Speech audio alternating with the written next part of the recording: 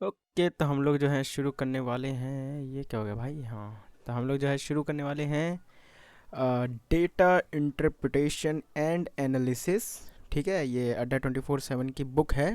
अड्डा 24/7 3000 प्लस इसमें क्वेश्चंस हैं, और एडिशन जो है मेरे पे थर्ड एडिशन है आई थिंक, लेटेस्ट वाला। मैं थंबनेल में आप देख लिए होंगे, ठीक है, थंबनेल में मैंने लिखा होगा। और इसके कंटेंट्स जो है बहुत बढ़िया है। तो हम लोग जो है चैप्टर नंबर 1 शुरू करने वाले हैं। चैप्टर नंबर 1, ठीक है, चैप्टर नंबर 1 शुरू करने वाले हैं, जिसका नाम है इंट्रोडक्शन टू डेटा इंटरप्रिटेशन। तो से लिखता हूँ, introduction to data interpretation. Interpretation, चलो। तो इसमें जो है बहुत ही ज़्यादा बेसिक चीज़ें बताई जाएंगी। पेज नंबर जो है 5 से शुरू है बुक, ठीक है, यानी कि ये चैप्टर पेज नंबर 5 से शुरू है। तो हम लोग जो है इसमें सबसे पहले बात करेंगे कि डेटा डेटा क्या होता है भाई। तो डेटा का मतलब होता है कि इसमें जो है बहुत सारी चीज़ें दी रहती हैं, बहुत सब कुछ दिया रहता है इसमें। डेटा कि क्या है क्या नहीं है, सब कुछ दिया रहता है, सब कुछ लिखा रहता है। ऑब्जर्वेशंस दिए होते हैं, मेजरमेंट दिए होते हैं, फैक्ट्स दिए रहते हैं, कौन सा कितना है, क्या है, क्वांटिटी, ये सब दिया रहता है, ठीक है। तो उसको डेटा बोलते हैं। और डेटा इंटरप्रिटेशन का मतलब है कि ऑर्गेनाइज करना, इंटरप्रेट करना, उसमें से एक वैल्यूएबल डाटा निकालना, इसमें उसमें से एक मीनिंगफुल इन्फॉर्मेशन निकालना, ठीक है। देखो, डेटा का मतलब हो गया आपका, डेटा का मतलब हो गया नंबर्स, ठीक है।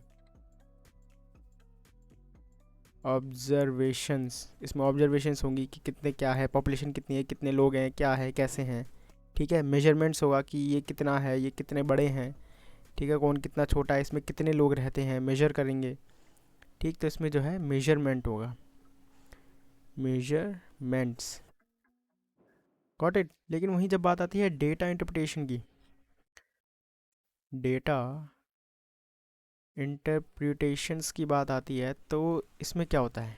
इसमें होता है कि आपके पास उसमें से, यानी डेटा में से एक मीनिंगफुल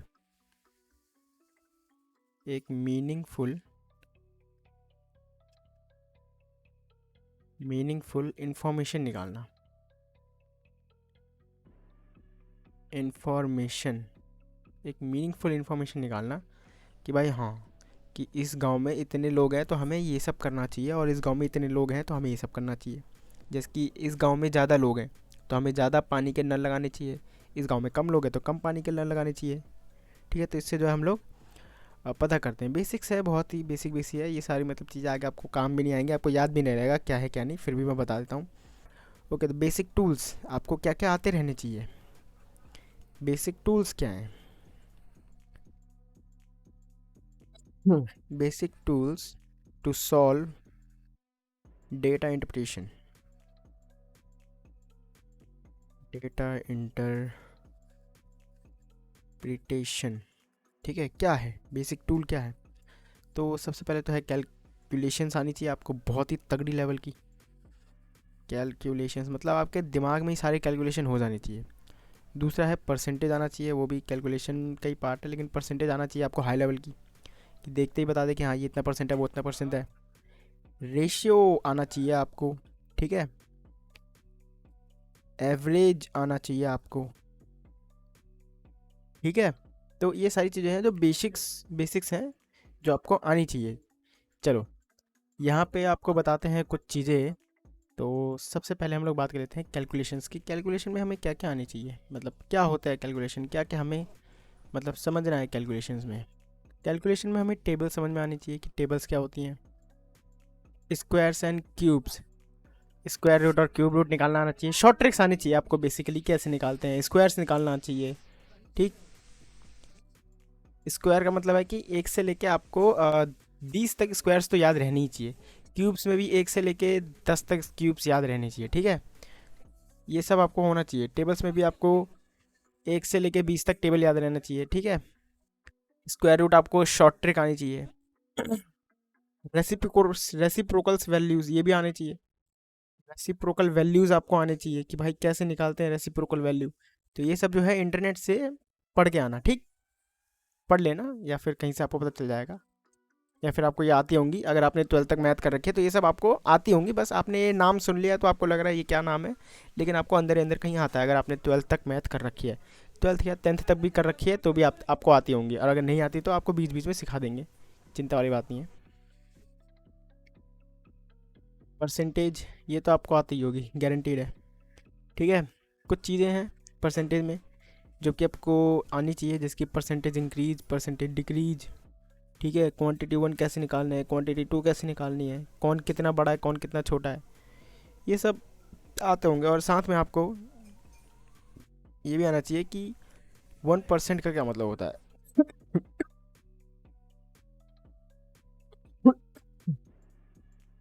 1% नहीं, जैसे कि 1 का मतलब क्या होता है, 1 का मतलब होता है 100%, 1/2 का मतलब होता है 50%,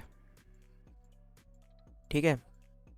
1/3 का मतलब होता है 33.33%, 1/4 का मतलब होता है 20%, 1/5 का मतलब होता है 25%, राइट।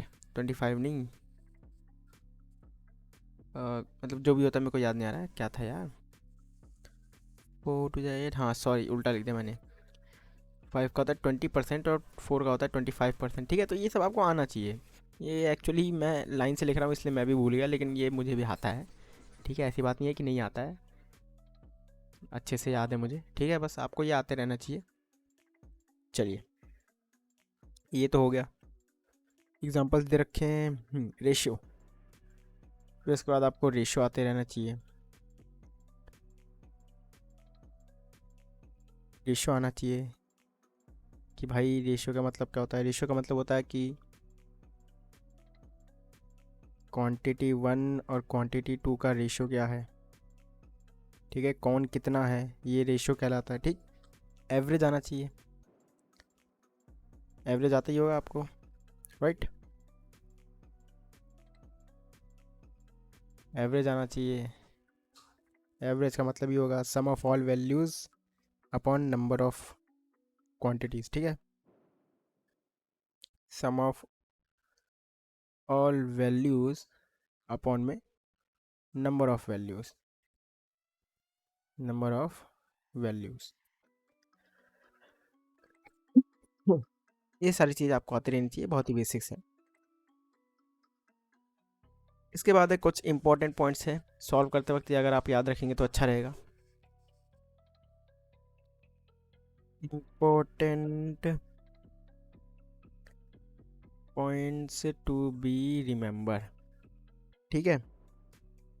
क्या है सबसे पहले, सबसे पहले तो बोल रखा है कि रीड द क्वेश्चन केयरफुली, और ये आपको एक पहली बार में नहीं आएगा, ठीक है। ये आप जब 10-20 क्वेश्चन कर लेंगे तब आपको समझ में आएगा कि हाँ क्वेश्चन कैसे पढ़ना है, किस क्वेश्चन को कैसे पढ़ना है, ठीक है।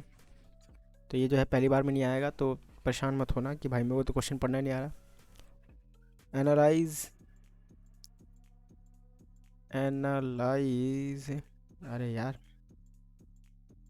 एनालाइज द डेटा केयरफुली, ठीक है। कि आपका पास आपका कौन सा डेटा काम का है कौन सा नहीं है आपको पता होना चाहिए।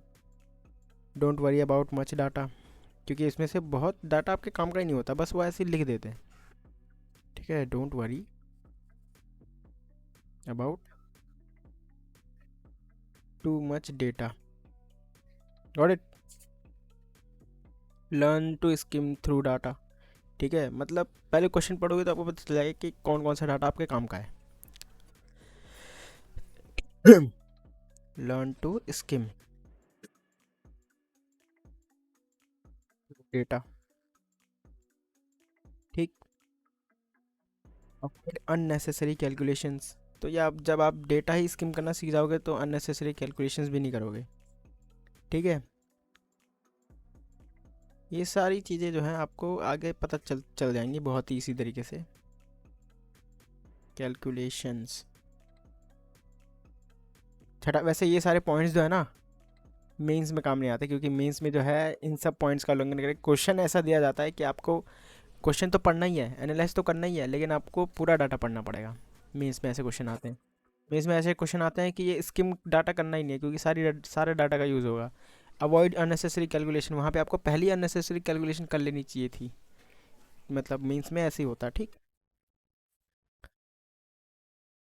Learn to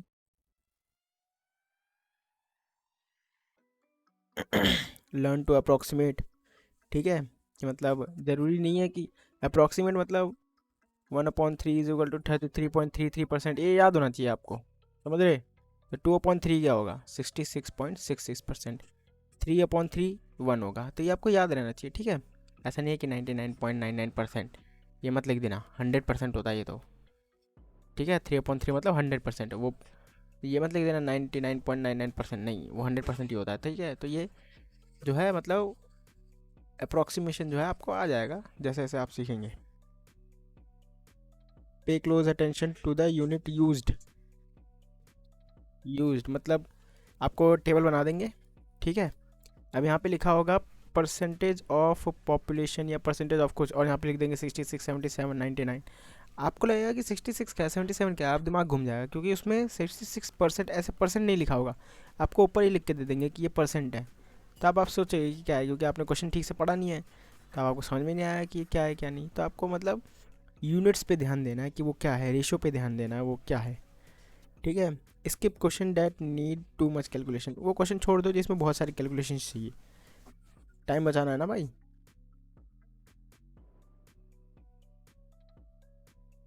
that need too much calculations, ठीक है। फिर उसके बाद डोंट अज्यूम एनीथिंग, ये सबसे बड़ी चीज़ है, अपने आप से कुछ नहीं अज्यूम करना भाई, कि यार ये ऐसा है चलो ऐसा कर लेते हैं, क्या पता आंसर आ जाए। ऐसा नहीं करना भाई, जो डाटा दे रखा उसी में से आपको इंटरप्रेट करना है, अपने खुद से अपना कुछ दिमाग नहीं लगाना है। चलो, तो ये सारी चीज़ें हो गई। अब देखते हैं कि कितने तरीके के मतलब डाटा इंटरप्रिटेशन हमको दिए जाते हैं, कि उसमें से निकालो डाटा, उसमें से एक मीनिंगफुल डाटा निकालो, इतने तरीके हमको डाटा दिए जाएंगे। सो बड़े भद्दी राइटिंग है यार। क्लासिफिकेशन कितने तरीके दिए जाएंगे, देखो सबसे पहला आपको टेबल में डाटा दिया जाएगा, दूसरा आपको पाई चार्ट में दिया जाएगा, तीसरा या सिलेक्ट में दिया जाएगा, चौथा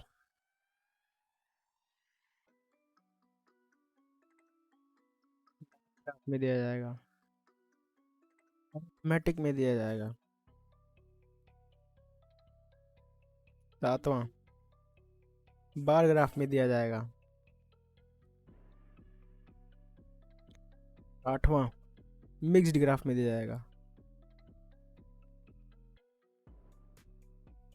और इसमें से कुछ न्यू पैटर्न्स भी हैं जो कि नई तरीके के चीज़ें हैं जिसमें डाटा दिया जाता है, ठीक है। तो आपने बहुत सारे नाम सुने होंगे, जैसे कि टेबल, पाए, फिर उसके बाद लाइन सुना होगा आपने, बार सुना होगा, लेकिन बार सुना होगा आपने, लेकिन बाकी सारी चीज़ें नहीं सुनी होंगी, ठीक। ये क्या हो रहा है भाई, खत्म करते हैं। इसके बाद जो है हम लोग टेबल शुरू करेंगे, पहले वाले से शुरू करेंगे टेबल से, ठीक है। एक एक हम चार्ट को समझेंगे कि क्या होता है क्या नहीं, ठीक है।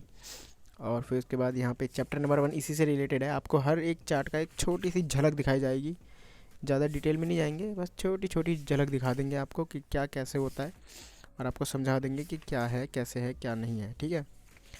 तो चैप्टर नंबर 1 इसी पे बेस्ड है, इस पर बहुत सारी वीडियोज़ आएंगी, और ये पूरा बुक का जिम्मा लिया तो पूरा बुक सॉल्व करवाएंगे, गारंटी मेरी है, ठीक है। बाकी और भी बहुत सारे बुक्स चल रहे हैं साइड बाय साइड, इस रीडिंग चल रही है, इस कौन चल रहा है, क्वांटिटेटिव एप्टीट्यूड RS अग्रवाल की चल रही है, तो आप जो है चेकआउट कर सकते हैं। बाकी मैं जो है पज़ल और एस क्वांट की बैंकिंग और स्टैटिक अवेयरनेस पे भी काम कर रहा हूँ। पज़ल्स और इन पज़ल्स और ये स्टैटिक अवेयरनेस की भी सॉल्यूशंस मैं जल्दी लाऊंगा।